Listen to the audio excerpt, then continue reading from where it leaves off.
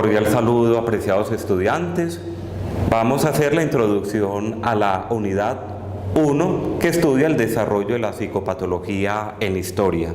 Cuando hablamos de la historia de la psicopatología, nos tenemos que remontar a las sociedades primitivas, las cuales estudiaban también el comportamiento humano.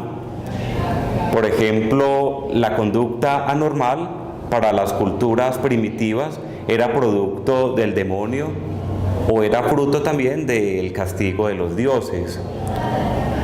Tenían, por ejemplo, algunos tratamientos como la trepanación, que consistía en hacer un orificio en el cráneo con tal de expulsar la enfermedad o el espíritu que hacía sufrir a las personas. Aquí nos encontramos entonces con una mentalidad muy antigua. Todavía no había ciencia propiamente dicha e interpretaban la enfermedad como derivación del demonio o de fuerzas sobrenaturales. En las civilizaciones preclásicas también se tenía la concepción sobrenatural de los comportamientos anormales como consecuencia del pecado y del castigo divino. En otras culturas, como la budista, por ejemplo, o en el confucianismo, la locura era consecuencia de irrespetar los valores de los antepasados. En el antiguo Egipto ya se maneja de un modo incipiente la localización de las funciones mentales del cerebro. Ya se empieza a hacer una relación entre el comportamiento anormal con alguna afectación del cerebro. En las civilizaciones de la griega romana se explica la locura también como derivación de fuerzas demoníacas. Existían centros médicos dedicados al dios de la curación, hacían grandes peregrinaciones a estos templos para pedir la sanación de las personas. Dentro de la civilización griega nos encontramos con un gran personaje que es Alcmeón de Crotona, el cual ya comienza a identificar el cerebro como la sede de la razón y del alma. La salud era la armonía de los contrarios, de las fuerzas antagónicas. De modo que con Alcmeón de Crotona nos encontramos ya con un primer personaje que nos va a hablar de la importancia del cerebro relacionado con la salud mental. También nos encontramos en la cultura romana con Empédocles, que nos va a hablar de la teoría humoral sobre los 4 elementos. Él identifica la sangre con el corazón, el flema con el cerebro, la bilis amarilla con el hígado y la bilis negra con el vaso. De la combinación de estos elementos deriva la personalidad, y cuando hay un desequilibrio en estos elementos, según él, venían los desórdenes de salud y emocionales. Otro representante del pensamiento romano va a ser Hipócrates, que es considerado el padre de la medicina. Comienza a relacionar los trastornos mentales con causas biológicas y con procesos naturales. Van a ser muy importantes los aportes de Hipócrates para comenzar a interpretar la enfermedad al margen de lo sobrenatural. Ya la enfermedad aquí ya no se considera derivación del demonio o del pecado, sino que se correlaciona con una alteración de la misma biología. Tenemos a Platón dentro de los representantes también de la filosofía griega, el cual nos habla del dualismo. Mente y cuerpo son 2 realidades diferentes, y cuando el hombre no vive según las ideas trascendentales de las cuales él habla, pues viene el desorden en la personalidad. Aristóteles nos habla del ser humano como un animal racional, de modo que cuando el hombre no razona adecuadamente, vienen los malestares del alma. Aquí ya tenemos una explicación más desde lo cognitivo de la salud mental. Tenemos otro filósofo de la antigüedad que va a ser muy importante también para la historia de la psicopatología, Galeno, el cual esboza la figura del psicoterapeuta como una persona que orienta a los pacientes a través de la palabra, señalando sus defectos y ayudándole a equilibrar las emociones. Él nos habla de la teoría de los temperamentos, del colérico, del sanguíneo, flemático y melancólico, digamos lo que es uno de los primeros tratados que tratan de explicar la personalidad.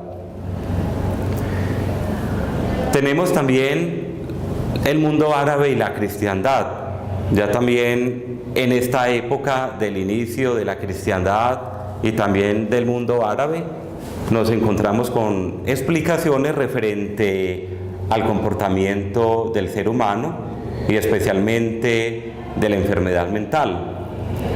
El Corán, desde la cultura árabe, dice que el hombre que ha perdido la razón ha sido escogido especialmente por Dios para decir la verdad. Entonces, cuando el hombre no vive según esos valores divinos, viene el desorden a nivel emocional. Ya en la cultura árabe, incluso también en la cultura cristiana, se empiezan a crear hospitales o centros de cuidado para cuidar y proteger a los locos o a las personas que no viven en sus casas debido a su misma enfermedad mental. En la Iglesia Católica, en la antigüedad, había una interpretación muchas veces inadecuada del comportamiento anormal, el cual también lo conectaban como producto del demonio o del mismo distanciamiento de Dios. Viene el Renacimiento, que es otra época muy importante para el desarrollo de la psicopatología.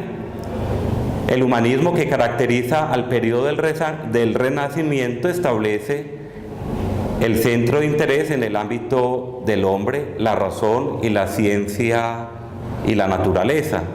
Ya en el Renacimiento se empieza a hablar de un humanismo basado en el desarrollo humano, en las ciencias humanas, y paulatinamente se empieza a dar un distanciamiento de la explicación de la enfermedad mental como algo que estaba conectado con fuerzas sobrenaturales. El estudio de la salud mental abandona paulatinamente el modelo demonológico y ya se empieza a buscar explicaciones ya más desde lo biológico, desde lo natural. La aparición de la imprenta en el Renacimiento va a ser fundamental para el desarrollo del pensamiento de la cultura occidental y especialmente para las ciencias humanas. En este momento podemos decir que la psicopatología continúa desarrollándose de un modo mucho más amplio, porque ya las investigaciones de muchos filósofos, de muchos científicos que abordan el tema del comportamiento se empieza a dar a conocer y se empieza a romper con tantos siglos de oscuridad, donde la razón ya empieza a dar una explicación más certera de muchos factores que antes no se conocían respecto a la conducta humana. Luego el Renacimiento nos encontramos con teorías anatomopatológicas de la locura. Ya vienen diferentes científicos que van a tratar de explicar el comportamiento humano y la causa de comportamientos anormales. Por ejemplo, nos encontramos con Juan Luis Vives, quien enfatiza la necesidad de ofrecer un trato de provisto de crueldad a los enfermos mentales en su obra de Subventione Pauperum. Aquí tenemos una visión ya más, digámoslo, clínica del ser humano, donde no se va a juzgar la persona que actúa de un modo inadecuado, sino que se trata de comprenderla y de cuidarla y de ayudarla. Otro personaje importante va a ser Andrés Vesalio, quien profundizó en los conocimientos sobre anatomía humana. Es muy interesante, ya que en esta época nuevamente se va a retomar muchos conceptos de Hipócrates, de Galeano, y se empieza a estudiar de un modo más profundo la relación que va a tener el cerebro con el comportamiento. Tenemos también a Johann Weyer, considerado por algunos como el primer psiquiatra de la historia, quien nos empieza a describir diferentes psicopatologías y defiende el trato humano por los enfermos mentales. Luego vamos a tener también la mentalidad fisiopatológica. Todas estas teorías se empiezan a desarrollar luego el Renacimiento, y aquí se empieza a relacionar la salud mental con el buen funcionamiento del sistema nervioso central.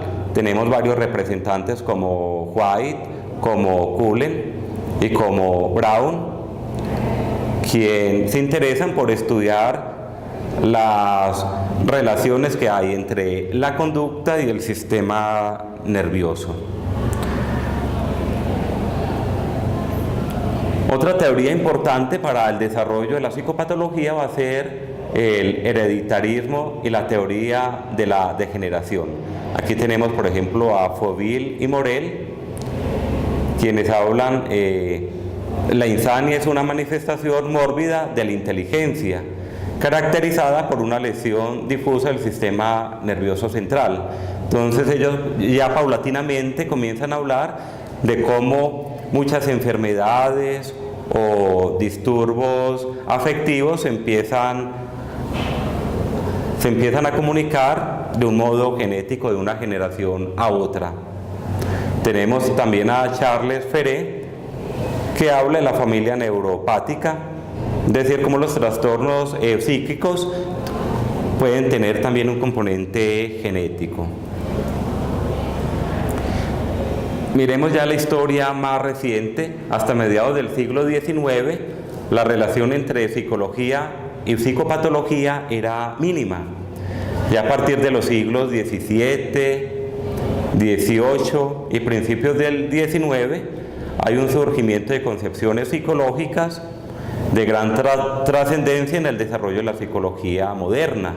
Por ejemplo, en Leipzig, Alemania, a finales del siglo XIX, se crea el primer laboratorio de psicología y se empieza a estudiar la mente humana en laboratorio a través del método de la introspección de Wilhelm Wundt, por ejemplo. Ya luego viene la psicología, fisiología y biología y evolucionismo.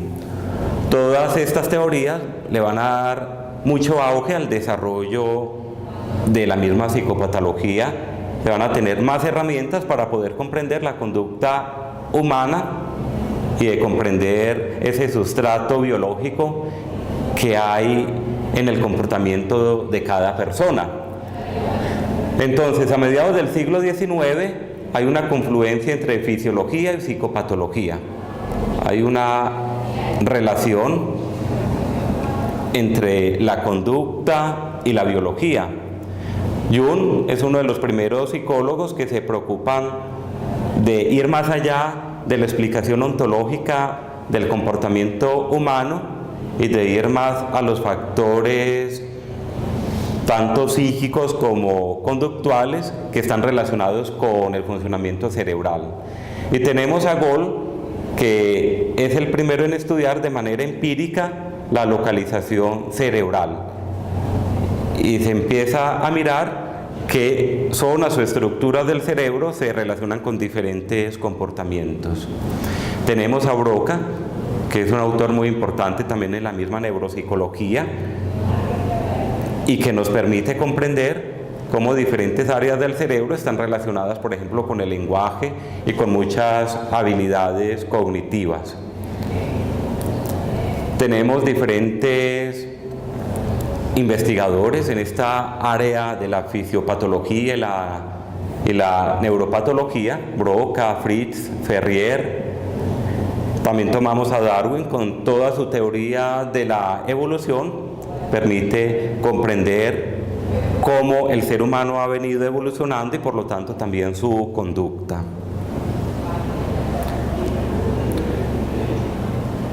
Cuando hablamos de la historia de la psicopatología, es importante también estudiar algunas escuelas como el funcionalismo americano, que nos permite identificar la mente con la conciencia, y se trata de estudiar todos esos fenómenos psíquicos.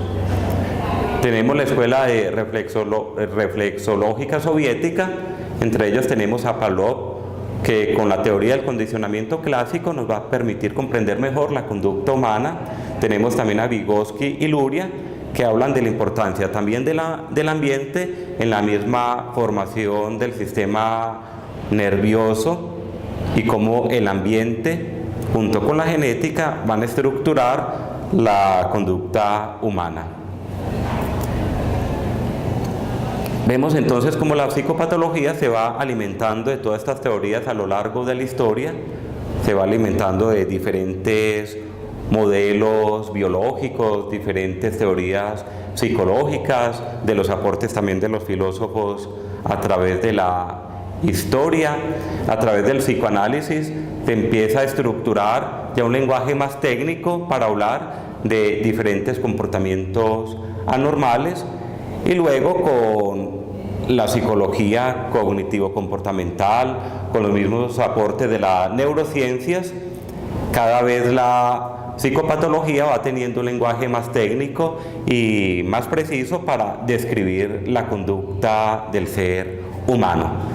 Los invito entonces a que lean las temáticas de esta primera unidad y que estudien estos diferentes personajes que a lo largo de la historia nos han permitido comprender la comprensión del comportamiento humano y cómo se ha desarrollado también todo lo que entendemos por psicopatología. Los invito entonces a que comencemos el estudio de todas estas temáticas de la primera unidad. Muchos éxitos.